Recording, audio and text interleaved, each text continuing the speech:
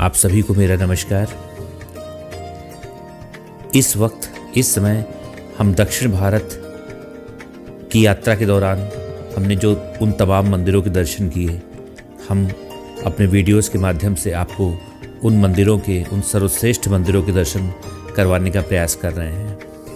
लेकिन एक निवेदन है आपसे, अगर आपको मेरा ये चैनल अच्छा लगता हो तो आप प्लीज़ इस चैनल को, रजनीश डिजिटल डायरी को प्लीज़ सब्सक्राइब कर लें और हमारे वीडियोस को लाइक भी करते रहें, जिससे हमको प्रेरणा मिलती रहे और हम ऐसे नए नए वीडियोस के द्वारा आपको नई नई जानकारियाँ देते रहें।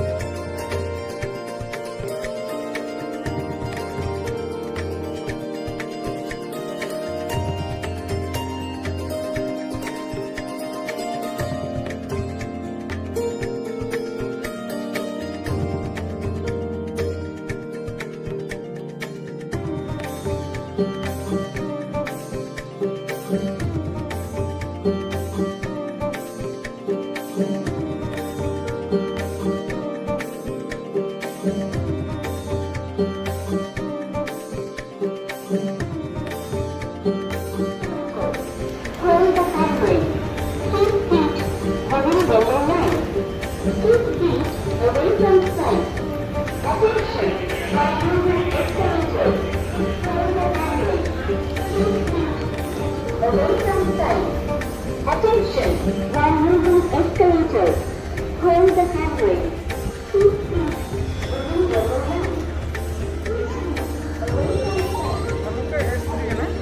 देखिए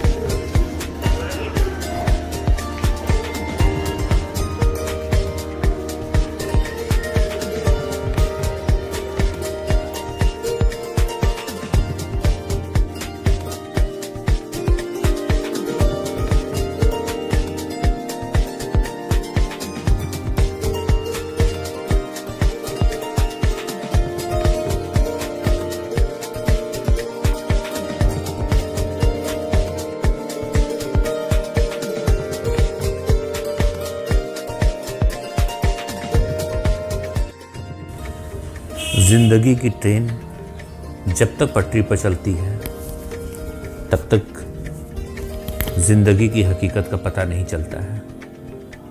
जी हाँ, आइए आज हम आपको भी ले चलते हैं इस ट्रेन के खूबसूरत सफ़र पर, जो कि शुरू होता है KSR बेंगलुरु से नागरकोइल जंक्शन, जो कि कन्याकुमारी से बहुत ही करीब का रेलवे स्टेशन है।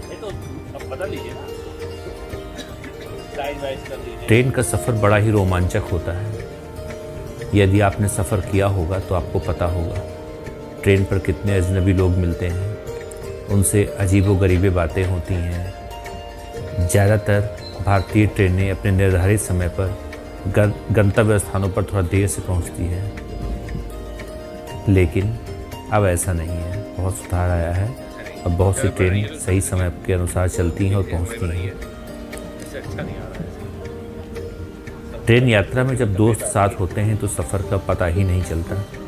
बड़े मज़े से बातें करते हुए यात्रा पूरी हो जाती है। जब अकेले होते हैं तो मन में अनेक प्रकार के विचार आते रहते हैं। अगर खिड़की के पास वाली सीट मिल जाए तो हम ज़्यादातर बाहर का ही नज़ारा, बाहर का ही दृश्य देखते हैं और उनके बारे में सोचते रहते हैं।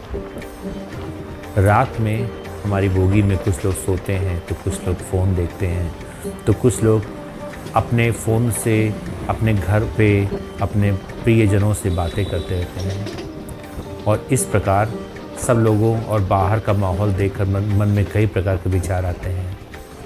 और जब हमारी यात्रा पूरी हो जाती है तो उस यात्रा की मधुर स्मृतियों को संजोकर उनको याद करके हमें या हर यात्री को बहुत ही प्रसन्नता होती है।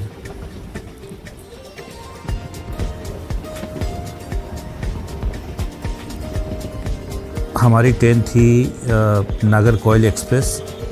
ट्रेन का नंबर था 17235, जो कि KSR बेंगलुरु सिटी जंक्शन से शाम को 5 बजे निकलकर नागरकोइल जंक्शन, जो कि लगभग बेंगलुरु से 670 किलोमीटर दूर है, अगले दिन सुबह 8:15 बजे पहुंचाती थी।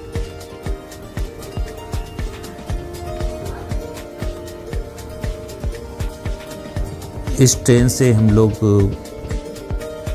नागरकोइल जाने के लिए तैयार हुए और ट्रेन पे बैठे, और जो कि मदुरई जंक्शन, जहाँ से रामेश्वरम की दूरी मात्र 170 किलोमीटर रह जाती है, ये सुबह भोर में 2:50 पे लगभग पहुँचती है। इसके बाद वीरेंद्रनगर जंक्शन, सतूर, कोविलपट्टी,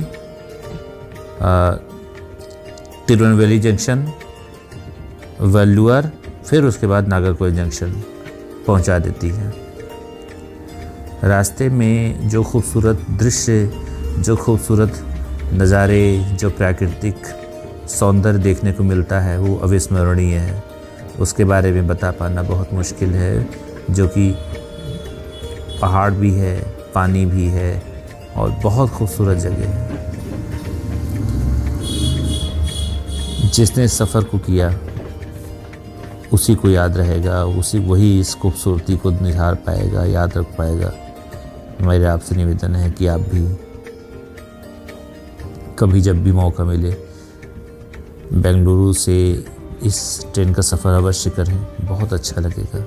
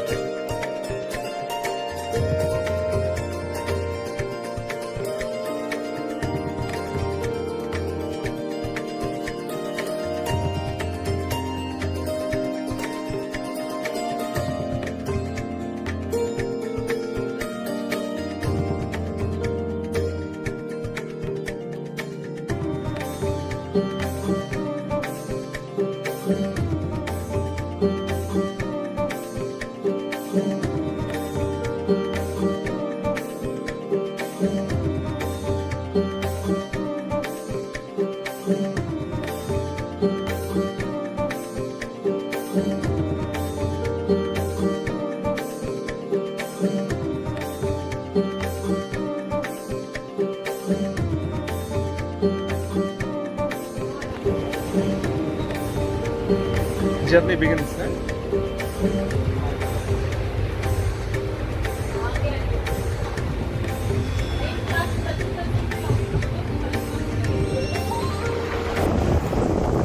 इस क्षेत्र में हमने देखा कि जगह जगह पवन चक्कियाँ लगी हुई हैं। बढ़ती बिजली की खपत को ध्यान में रखते हुए पवन ऊर्जा मानो हमारे लिए वरदान होती है। इस इलाके में हवा बहुत तेज़ बहती है, क्योंकि हर क्षेत्र में हर जगह हमें बिजली की आवश्यकता होती है, इसीलिए ज़्यादा से ज़्यादा बिजली का उत्पादन करना भी ज़रूरी होता है। इसलिए पवन चक्की का प्रयोग इस एरिया में ज़्यादा होता है। एक पवन चक्की बहुत कम मात्रा में बिजली का उत्पादन कर पाती है, इसलिए बड़े पैमाने पर पवन चक्कियों को क्रम में लगाया जाता है ताकि हमारे उपयोग के लिए पर्याप्त मात्रा में विद्युत उत्पादित की जा सके। और इस क्षेत्र को पवन ऊर्जा फार्म के नाम से जाना जाता है। हमारे भारत देश में कई सारे पवन ऊर्जा फार्म हैं जो कि एक आप सामने देख रहे हैं।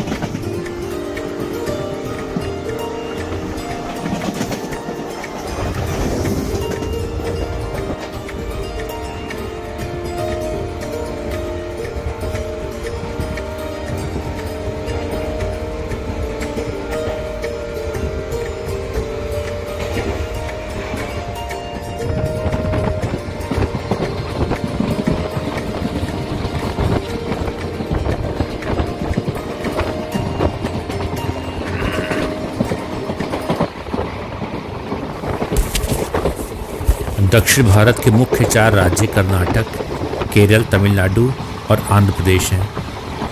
इनमें से प्रत्येक राज्य अपने आप में अलग अलग भाषाओं, रीति रिवाजों, भोजन के साथ अद्वितीय हैं। इन राज्यों में पर्यटकों का तहे दिल से स्वागत किया जाता है। दक्षिण भारत की परंपराएं और रीति रिवाज पूरे भारत से अलग हैं और यहाँ आने से पहले आपको इन सभी चीज़ों से परिचित होने का मौका मिलेगा। यदि आप देश के दक्षिणी प्रायद्वीप की यात्रा की योजना बना रहे हैं तो यात्रा पर जाने से पहले या यात्रा के दौरान दक्षिण भारत की कुछ महत्वपूर्ण बातों और टिप्स को ना भूलें और दक्षिण भारत की प्राकृतिक सुंदरता, भीड़ और नए स्थानों के बीच खो जाने के लिए तैयार हो जाइए। दक्षिण भारत की यात्रा के लिए जाते समय याद रखिए कि यहाँ के लोगों की वेशभूषा भारत के अन्य राज्यों की तुलना में से भिन्न है।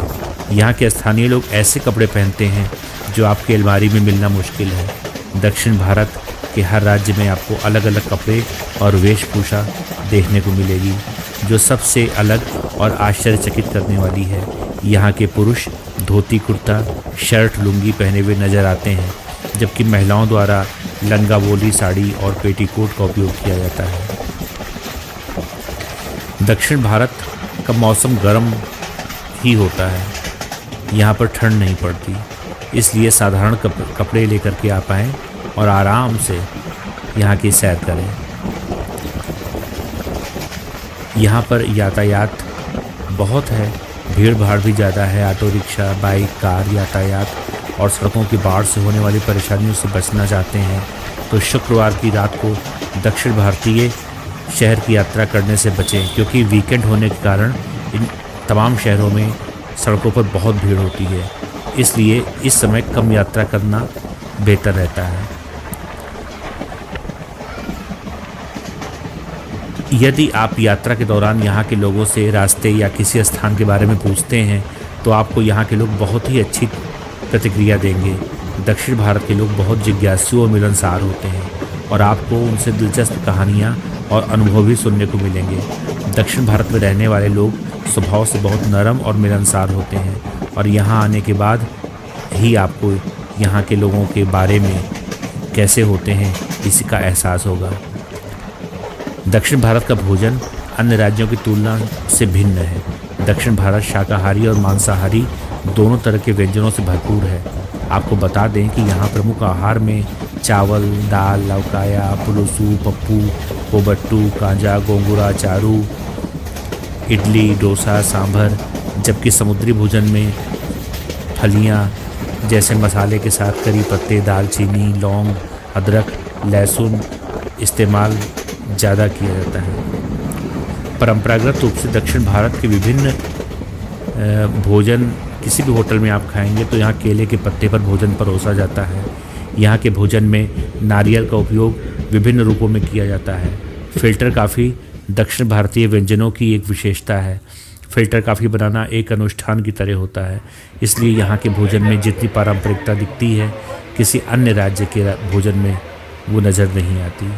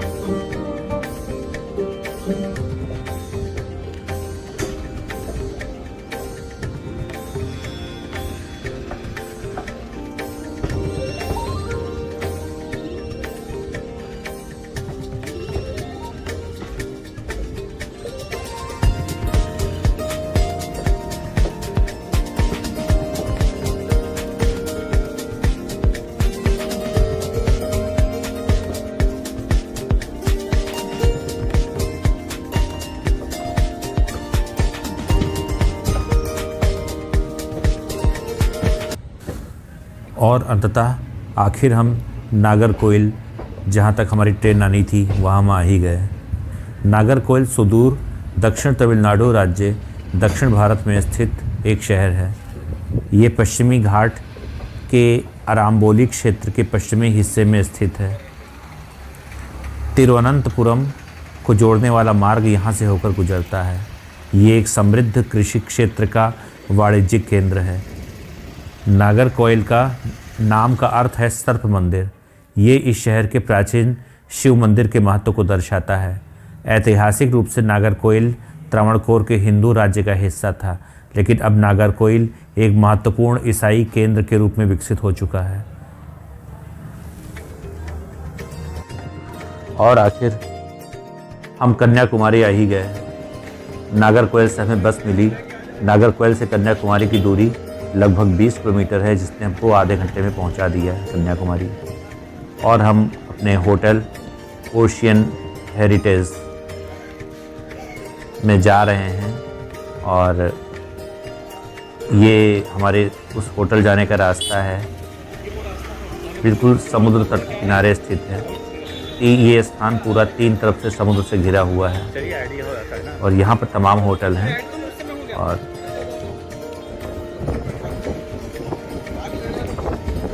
अब पहले कुछ, क्योंकि हम लोग रात भर के चले हुए थे, ये हमारा होटल है, होटल ओशियन हेरिटेज।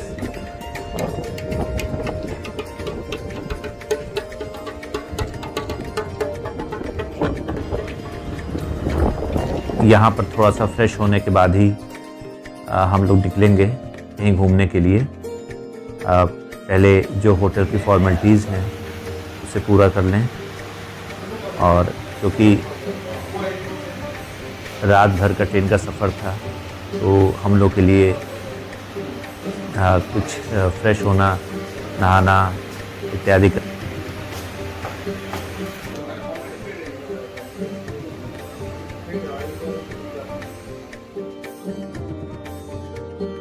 इतनी थकान के बाद रूम में लेटने का मज़ा ही कुछ और है। हम आपको अपने अगले वीडियो में कन्याकुमारी के तमाम उन खूबसूरत जगह, उन तमाम मंदिरों की सैर करवाएंगे। इसके पहले पेट पूजा कर ली जाए। अगले वीडियो में मिलते हैं। तब तक के लिए मुझे आज्ञा दीजिए अपने दोस्त रजनीश पाठक को। नमस्कार।